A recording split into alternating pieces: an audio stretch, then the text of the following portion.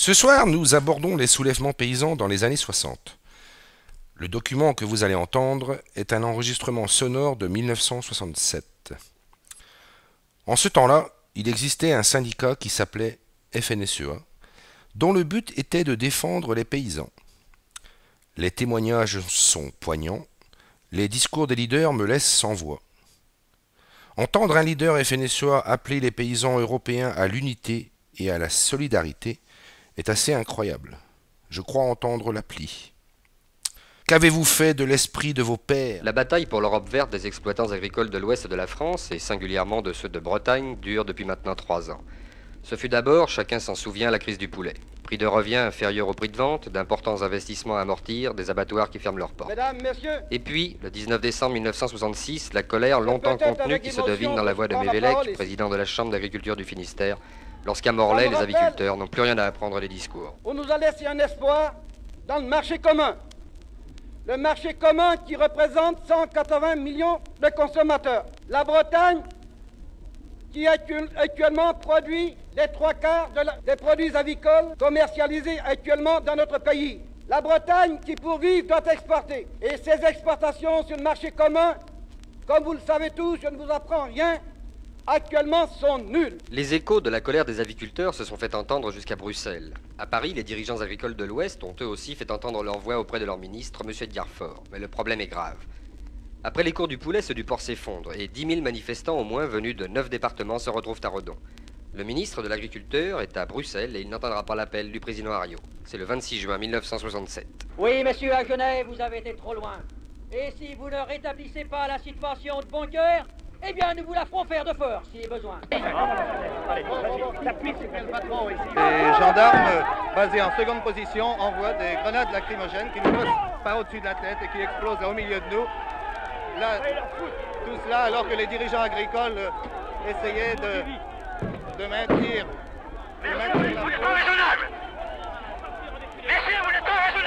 Et voici maintenant les gendarmes mobiles. Non, ce sont des CRS qui, côté voie ferrée, refoulent les manifestants, qui sont maintenant pris dans un étau, entre CRS d'un côté, gendarmes mobiles de l'autre. Ils chargent à la matraque pour dégager la voie ferrée. Le train de Quimper doit arriver d'une minute à l'autre. Il semble qu'il y ait là des violences beaucoup plus grandes, c'est le corps à corps.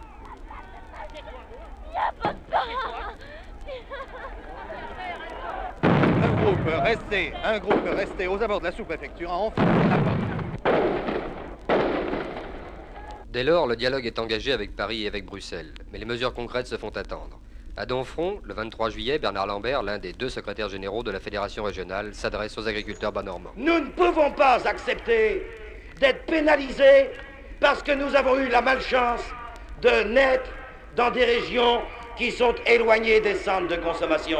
Je voudrais lancer un appel qui vient de l'Ouest, aux paysans de la Bavière, aux paysans de Sicile et du sud de l'Italie, à certains paysans belges ou même de quelques régions hollandaises, aux paysans du sud-ouest, du centre, du sud-est de la France, et leur dire: il faut qu'on se retrouve, nous l'Europe des pauvres, nous l'Europe des laissés pour compte. À Rennes, le 27, le ministre de l'Agriculture essaye effectivement d'apaiser les esprits, principalement en ce qui concerne le marché du porc.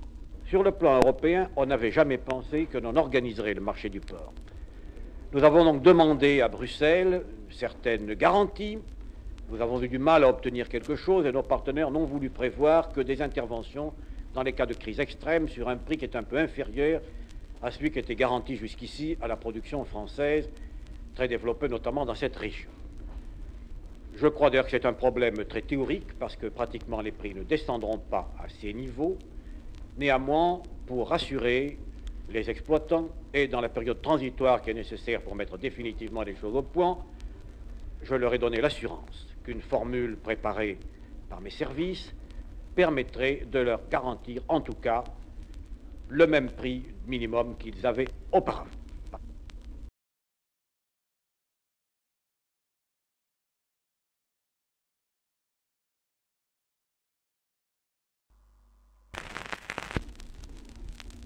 L'été se passe en réunion, en rencontre avec M. Diarfort, en correspondance aussi.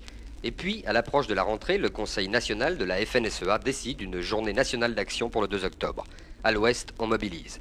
La fédération régionale est sur le pied de guerre. Joseph Ariot, Gilles Possémé, Robert Coulon, Bernard Tarot du CRJA, Bernard Lambert, Élie Chemin, Joseph Froger et Auguste Gris préparent un des plus vastes mouvements revendicatifs paysans de ces dernières années. Emery, Le Pogam, Bléjean, Daunet et Chariot sont là aussi. Des dizaines de milliers d'agriculteurs se retrouvent à Caen, Le Mans, Parthenay, Redon et Quimper. Et c'est à Quimper, contre toute attente, que la manifestation devient une émeute sanglante. André Bléjean avait d'ailleurs prévenu au cours du meeting, un défilé n'est pas nécessairement une procession. C'est d'abord l'assaut à la permanence de Marc Bécam, député de la Ve République qui fut pendant 7 ans directeur de la Fédération du Finistère.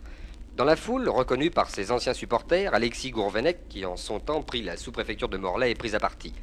À 16h40, les manifestants investissent la place de la Résistance. Entre eux et la préfecture, un cordon de gardiens de la paix. Ils ne peuvent rien faire, même pas une matraque, rien du tout. Et il est certain que c'est 8 gardiens de la paix qui étaient là au milieu. Et les CRS sortent immédiatement de la préfecture, le mousqueton à la main. Il y a là une compagnie de CRS tout au plus. Ils barrent la porte d'accès à la préfecture. Ils reçoivent des projectiles de toutes sortes. Il y a là des tomates, des pommes, des cailloux aussi. Les agriculteurs veulent amener un porc jusqu'à la préfecture.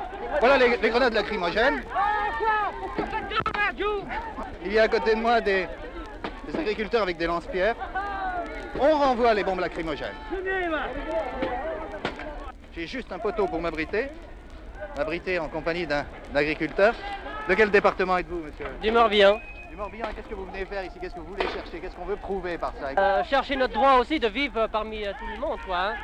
Mais vous pensez que c'est utile d'en venir à la violence, d'en venir à ça, que c'est nécessaire? Oui. Finalement, on est obligé d'arriver là. Rentrez, mettez-vous à l'abri quand même derrière ce poteau avec moi. On est obligé d'arriver là. C'est gênant, mais c'est comme ça. Assaut des CRS cette fois. Il est maintenant 17h, tout près de 17h, les CRS sortent. Il y a 2 compagnies. Naturellement, ils sont pris sur le flanc aussi par les agriculteurs qui se trouvent de l'autre côté de la rivière. Ils dégagent maintenant en direction de la place de la Résistance et aussi en direction du boulevard Kerguelen où je me trouve, en passant par un petit pont qui se trouve là à 50 mètres.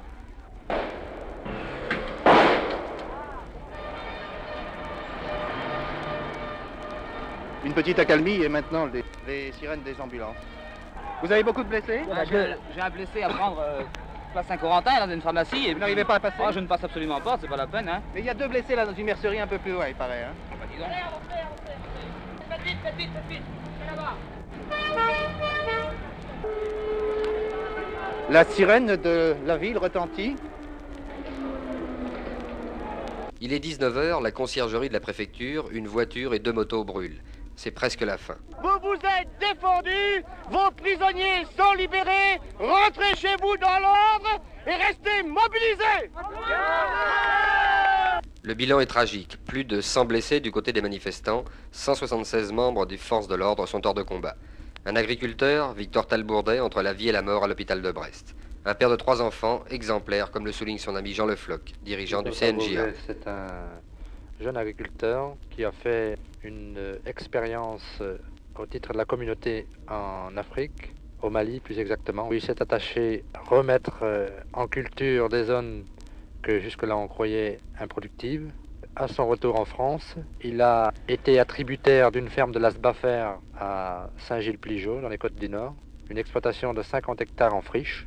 Il a repris cette exploitation avec pas un sou en poche. Cet agriculteur, que je crois, probablement l'un des plus méritants que je connaisse dans le département des Côtes du Nord, est un pionnier de l'agriculture, le plus méritant peut-être de notre département.